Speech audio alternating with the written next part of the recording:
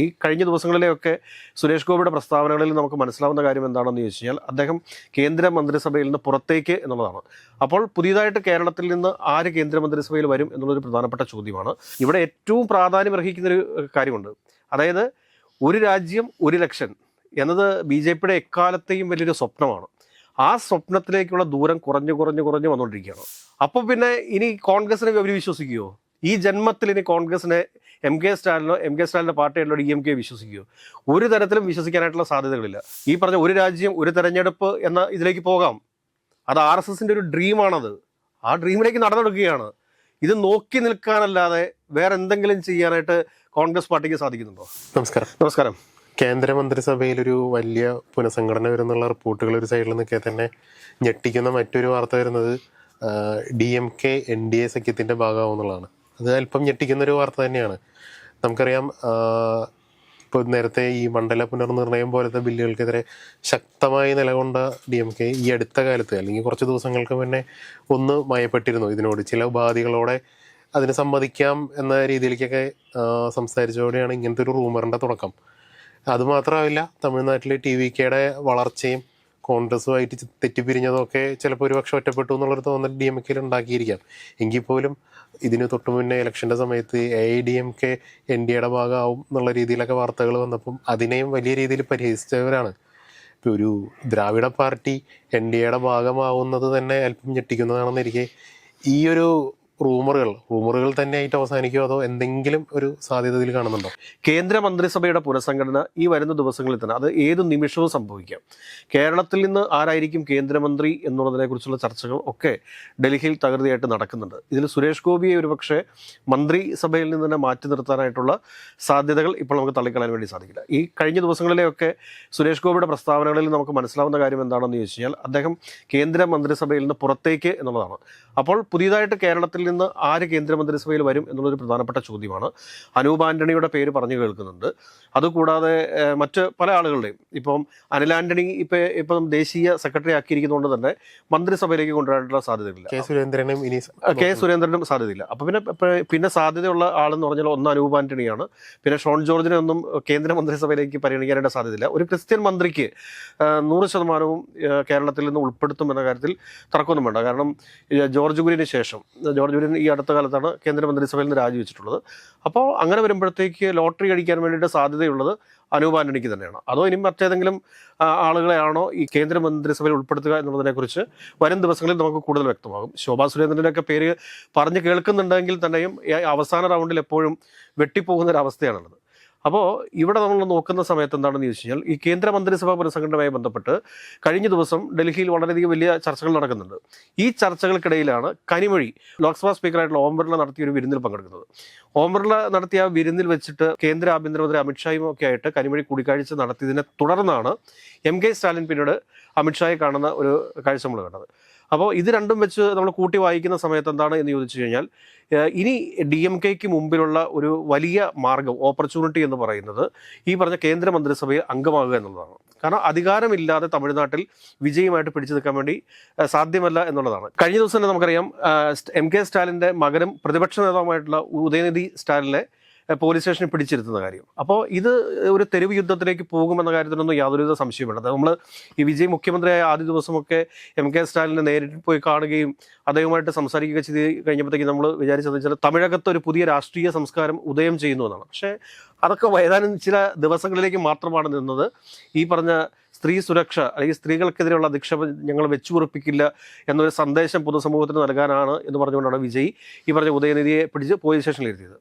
അപ്പോൾ അങ്ങനെ നോക്കുന്ന സമയത്ത് ഈ തെരുവ് യുദ്ധം ആരംഭിക്കുന്നതിന് തൊട്ട് മുമ്പായിട്ട് ഒരു അധികാര കേന്ദ്രം ഉറപ്പായിട്ടും ആരുടെ കൈവശം വേണം? ഈ പറഞ്ഞ DMKയുടെ കൈവശം വേണം. അപ്പോൾ കനിമൊഴി ഒരുപക്ഷെ കേന്ദ്രമന്ത്രി ആയേക്കാം.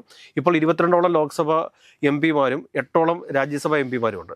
ഇവിടെ ഏറ്റവും പ്രാധാന്യം അർഹിക്കുന്നൊരു കാര്യമുണ്ട്. അതായത് ഒരു രാജ്യം ഒരു ഇലക്ഷൻ എന്നത് BJPയുടെ എക്കാലത്തെയും വലിയൊരു സ്വപ്നമാണ്. ആ സ്വപ്നത്തിലേക്കുള്ള ദൂരം കുറഞ്ഞു വന്നുകൊണ്ടിരിക്കുകയാണ്. അപ്പോൾ നമ്മളൊക്കെ കഴിഞ്ഞ ദിവസങ്ങളിലൊക്കെ പറഞ്ഞിരിക്കുന്ന പോലെ തന്നെ 2029 ഇവിടെ വൺ നേഷൻ വൺ ഇലക്ഷൻ എന്ന രീതിയിലേക്ക് കാര്യങ്ങൾ പോകും. അങ്ങനെ പോയി കഴിഞ്ഞാൽ ഈ പറഞ്ഞ രീതിയിൽ കേരളത്തിൽ ഉൾപ്പെടെ ഒരുപാട് ലോക്സഭാ സീറ്റുകളിൽ വർധനവുണ്ടാവും. നിയമസഭാ സീറ്റുകളിൽ വർധനവുണ്ടാവും. മൊത്തത്തിൽ ദേശീയ തലത്തിൽ തന്നെ അത് വലിയ ചലനങ്ങൾ സൃഷ്ടിക്കും. കാരണം എനിക്ക് തോന്നുന്നു ഒരേ സമയം തന്നെ ഗ്രാമപഞ്ചായത്തിലേക്ക്, ബ്ലോക്ക് പഞ്ചായത്തിലേക്ക്, ജില്ലാ പഞ്ചായത്തിലേക്ക്, അതോടൊപ്പം തന്നെ നിയമസഭ, ലോക്സഭ, ഇത്രയും സ്ഥാനത്തേക്കാണ് ഇലക്ഷൻ നടക്കാൻ വേണ്ടി പോകുന്നത്. ഒരാൾ ഒരു പോളിംഗ് ബൂത്തിൽ കയറി കഴിഞ്ഞാൽ 5 വോട്ട് ചെയ്തതിനു ശേഷം മാത്രമേ പുറത്തേക്ക് ഇറങ്ങാൻ പറ്റൂ എന്നൊരവസ്ഥയുണ്ടാവും. ഇതിൽ നിന്നൊക്കെ വലിയ രാഷ്ട്രീയ നേട്ടം ആര് പ്രതീക്ഷിക്കുന്നതെന്ന് വെച്ചാൽ BJP പ്രതീക്ഷിക്കുന്നുണ്ട്. അതിൻ്റെ അടിസ്ഥാനത്തിലാണ് ഇപ്പോൾ ഈ DMKയുമായിട്ടുള്ള ചർച്ചകളൊക്കെ അതിവേഗത്തിലാക്കിയത്.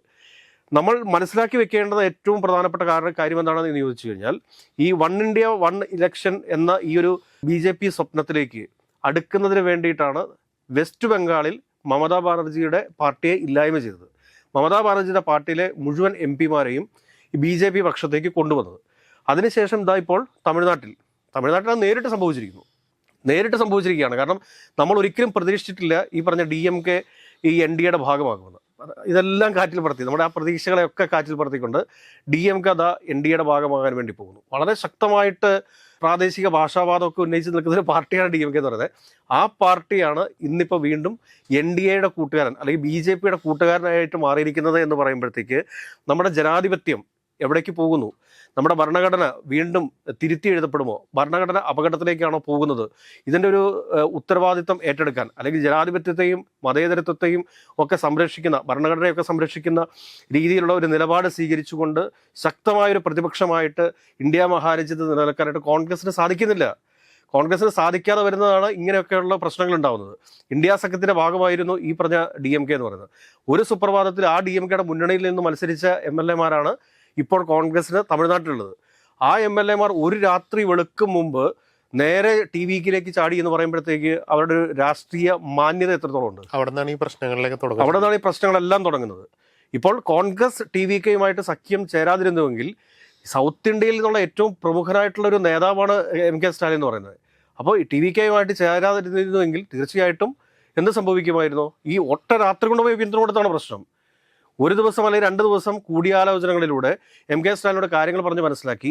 കാരണം ഒരു മന്ത്രിസഭ ഇവിടെ വന്നേ പറ്റൂ, അതല്ലെങ്കിൽ ആ തെരഞ്ഞെടുക്കപ്പെട്ട നിയമസഭ പിരിച്ചുവിടേണ്ട അവസ്ഥയിലെത്തും, അല്ലെങ്കിൽ BJP ഏതെങ്കിലും തരത്തിലുള്ള ഹൈജാക്ക് നടത്തും, അല്ലെങ്കിൽ പ്രസിഡൻഷ്യൽ ഭരണം വരും എന്നൊക്കെ പറഞ്ഞ് ഈ പറഞ്ഞ MK സ്റ്റാലിനെ കൺവിൻസ് ചെയ്തതിന് ശേഷമാണ് കോൺഗ്രസ്സുകാർ പോകുന്നതെങ്കിൽ അതിനൊരു ശരിയുണ്ട്. അവിടെ CPM ചെയ്തതും മുസ്ലിം ലീഗ് ചെയ്തതും അങ്ങനെയാണ്. എന്നാൽ മറിച്ച് കോൺഗ്രസ്സുകാർ ചെയ്തത് ഒന്ന് നോക്കൂ. അപ്പോൾ പിന്നെ ഇനി കോൺഗ്രസിനെ അവർ വിശ്വസിക്കുമോ? ഈ ജന്മത്തിൽ ഇനി കോൺഗ്രസിനെ MK സ്റ്റാലിൻ്റെ പാർട്ടിയായിട്ടുള്ള DMK വിശ്വസിക്കുമോ? ഒരു തരത്തിലും വിശ്വസിക്കാനായിട്ടുള്ള സാധ്യതകളില്ല. ഏതായാലും ഒരു കാര്യം നമുക്ക് പറയാൻ വേണ്ടി സാധിക്കും, വരും ദിവസങ്ങളിൽ സൗത്ത് ഇന്ത്യൻ പൊളിറ്റിക്സിൽ ഉണ്ടാകാൻ പോകുന്ന വലിയ മാറ്റത്തിനുള്ള തുടക്കമാണ് ഈ പറഞ്ഞ DMKയുടെ NDAയിലേക്കുള്ള യാത്ര എന്ന് വേണം നമ്മൾ മനസ്സിലാക്കാനായിട്ട്. ഈ DMK എന്ന് പറഞ്ഞു കഴിഞ്ഞാലുണ്ടല്ലോ, CPM-നൊക്കെ വളരെ സപ്പോർട്ടായിട്ട് നിന്ന ഒരു പാർട്ടിയാണ്. ഇടതുപക്ഷത്തെ എല്ലാ പ്രസ്ഥാനങ്ങൾക്കും സപ്പോർട്ടായിട്ടുന്ന പാർട്ടിയാണ്. ഈ പറഞ്ഞ കോൺഗ്രസിന് വരെ സപ്പോർട്ട് വളരെ വലിയ രീതിയിൽ സാമ്പത്തിക സഹായം ഉൾപ്പെടെ ചെയ്തിട്ടുള്ള ഒരു പാർട്ടിയാണ് DMK എന്ന് പറയുന്നത്. ആ DMKയാണ് ഒരു സുപ്രഭാതത്തിൽ ഇവർ തള്ളി പറഞ്ഞത്. ഏതൊക്കെയായാലും DMKയെ കോൺഗ്രസ് സംഘിയാക്കി എന്ന് വേണം നമ്മൾ പറഞ്ഞ് അവസാനിപ്പിക്കാം. ഇനി ഇന്ത്യ സഖ്യത്തിന്റെ ഭാവി എന്തായിരിക്കും കൂടി പറയാൻ? അല്ല, ഇന്ത്യ സഖ്യത്തിന്റെ ഭാവി എന്ന് പറഞ്ഞു കഴിഞ്ഞാൽ സൗത്ത് ഇന്ത്യയിൽ നിന്നുള്ള കുറേ ചെറിയ പാർട്ടികളുണ്ട്. ഇപ്പോൾ നോക്കൂ, മഹാരാഷ്ട്രയിൽ ശിവസേനയുടെ ഉദ്ധവ് താക്കറെ വിഭാഗത്തിന്റെ അവസ്ഥ എന്താണ്? അവർ ഈ വരുന്ന ദിവസങ്ങളിൽ തന്നെ NDAയിലേക്ക് പോകാനായിട്ടുള്ള സാധ്യതകളുണ്ട്. പിന്നെ ഏത് പാർട്ടിയാണ് അതിനകത്ത് വളരെ പ്രാധാന്യമുള്ള പാർട്ടിയുള്ളത്? ഇപ്പോൾ RJD ഇപ്പോൾ ഇന്ത്യ സഖ്യത്തിലുണ്ടോ? അതോടൊപ്പം തന്നെ SP ഇപ്പോൾ ഇന്ത്യ സഖ്യത്തിലുണ്ടോ? ഈ SP ഒക്കെ ഇന്ത്യ സഖ്യത്തിൻ്റെ ഹാർട്ടായിട്ട് വെക്കേണ്ടതല്ലേ? ഈ ഇന്ത്യ സഖ്യത്തിൻ്റെ ഭാരവാഹിത്വത്തിലേക്ക് കൊണ്ടുവരേണ്ടതല്ലേ? ഇതൊന്നുമില്ല. ഇത് കോൺഗ്രസ് മാത്രമാണ് ഇന്ത്യ ഭരിക്കേണ്ടത് എന്നൊരു ചിന്തയിലേക്ക് കോൺഗ്രസ് പോകുന്നു. പഴയ കോൺഗ്രസ് അല്ലല്ലോ ഇപ്പം. പണ്ട് ആനപ്പുറത്തിന് തന്നെ തഴമ്പ് വെച്ചിട്ട് ഇപ്പോൾ അളക്കാൻ കഴിഞ്ഞാൽ ശരിയാവുമോ?